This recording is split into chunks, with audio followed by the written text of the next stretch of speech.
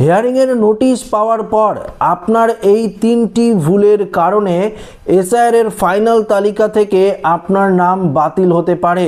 তো বন্ধুরা, এই নিয়ে কমিশনারের তরফ থেকে কি জানানো হয়েছে, কোন 3টি ভুলের কথা বলা হয়েছে, আজকের এই ভিডিওটিতে এই বিষয়ে আপনাদেরকে একদম বিস্তারিতভাবে জানিয়ে দেব। তো আশা রাখবো ভিডিওটিতে আপনারা প্রত্যেকেই প্রথম থেকেই শেষ পর্যন্ত সঙ্গে থাকবেন এবং নতুন হয়ে থাকলে চ্যানেলটিকে সাবস্ক্রাইব করে পাশের দেওয়া বেল আইকনটিকে প্রেস করে অল নোটিফিকেশনটিকে বাজিয়ে দেবেন। দেখুন বন্ধুরা, প্রথমত আপনাদেরকে জানিয়ে দিই, আপনারা প্রত্যেকেই জানেন যে এসআইআর এর এই হিয়ারিং পর্বটিকে নিয়ে রাজ্যের মুখ্য নির্বাচনী আধিকারিক এবং কেন্দ্রীয় নির্বাচন কমিশনারের তরফ থেকে বিশেষ গুরুত্বপূর্ণ পদক্ষেপ নেওয়া হয়েছে। যেমন ইতিমধ্যেই স্পেশাল অবজারভার নিয়োগ করা হয়েছে। এই হিয়ারিং পর্ব যখন চলবে, অর্থাৎ আপনার যখন হিয়ারিং চলবে তখন কিন্তু বিশেষ যে ঝাড়াই বাছাইয়ের কাজ চলবে। আপনারা যে নথিগুলো প্রেজেন্ট করবেন সেখানে, অর্থাৎ যেই বৈধ নথিগুলো নিয়ে আপনারা সেখানে যাবেন, সেই নথিগুলো কিন্তু এই স্পেশাল অবজারভার যারা থাকবে তারা কিন্তু চেকিং করে দেখবে যে সেটি আসল না নকল। তো বন্ধুরা, আসুন সরাসরি আমরা মেন টপিকে চলে যাব, অর্থাৎ কোন 3টি ভুলের কথা এখানে বলা হয়েছে সেই নিয়ে বিস্তারিতভাবে আলোচনা করব।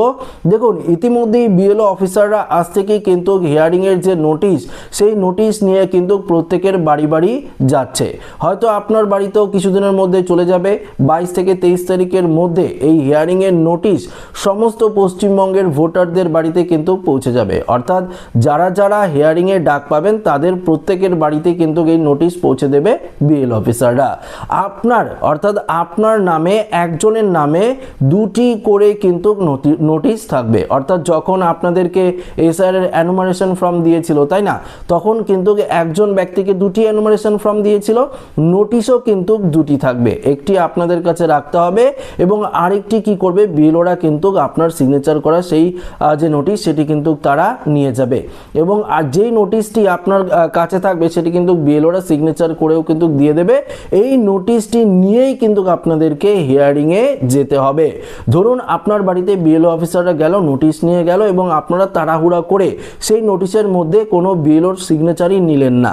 সেক্ষেত্রে আপনারা যখন নোটিশটি নিয়ে হিয়ারিংয়ে যাবেন তখন কিন্তু আপনার হিয়ারিং যে চলবে সেটা কিন্তু আপনার নাও হতে পারে, কেননা সেই নোটিশের মধ্যে বিএলওরা তো সিগনেচার নেই।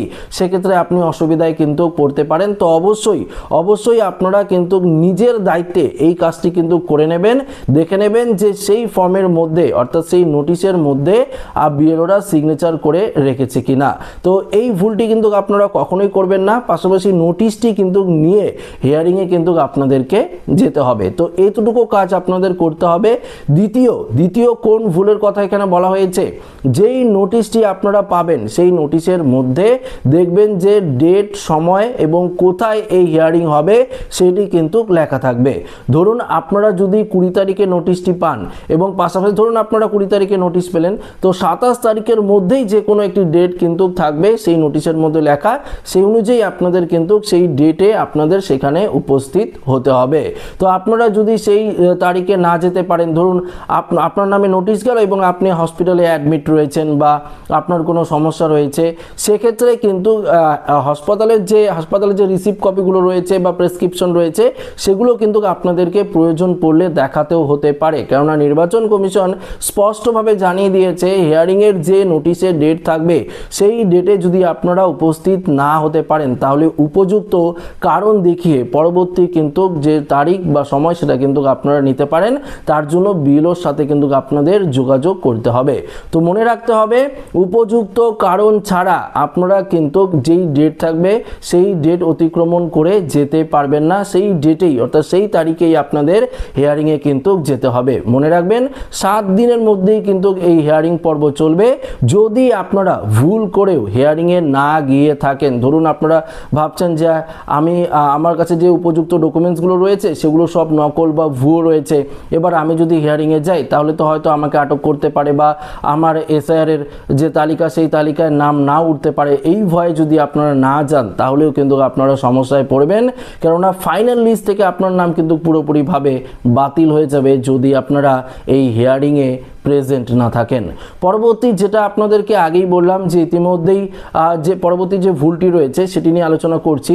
তার আগে আপনাদেরকে জানিয়ে দিই, ভিডিও শুরুতেই আপনাদেরকে বলেছিলাম যে নির্বাচন কমিশনারের তরফ থেকে এই হিয়ারিং পর্বটিকে নিয়ে খুবই গুরুত্বপূর্ণ অর্থাৎ যে পরিস্থিতি মোকাবিলা করার জন্য অর্থাৎ বিশেষ করে এই হিয়ারিংটিকে নিয়ে গুরুত্বপূর্ণ কিন্তু ভূমিকা নিচ্ছে নির্বাচন কমিশন, এবং কমিশনের তরফ থেকে যেটা জানিয়ে দেওয়া হয়েছে এই যে স্পেশাল অবজারভার যাদের নিয়োগ করা হয়েছে তারা কিন্তু আপনার ডকুমেন্টসগুলো কিন্তু পরীক্ষা করে দেখবে যে যেগুলো আসল না নকল। যদি আপনারা কোনো ভুয়ো নথি বা ভুয়ো কোনো ডকুমেন্টস যদি সেখানে প্রডিউস করেন বা প্রেজেন্ট করেন তাহলে কিন্তু আপনার বিরুদ্ধে কড়া ব্যবস্থাও কিন্তু নেওয়া হতে পারে নির্বাচন কমিশনারের তরফ থেকে।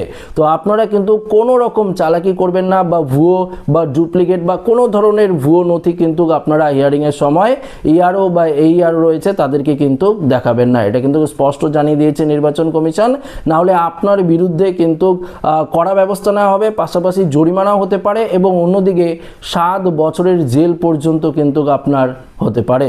তো আশা রাখবো এই ভিডিওটিতে আপনাদেরকে পরিষ্কারভাবে বোঝাতে পারলাম কোন 3টি ভুলের কথা বলা হয়েছে।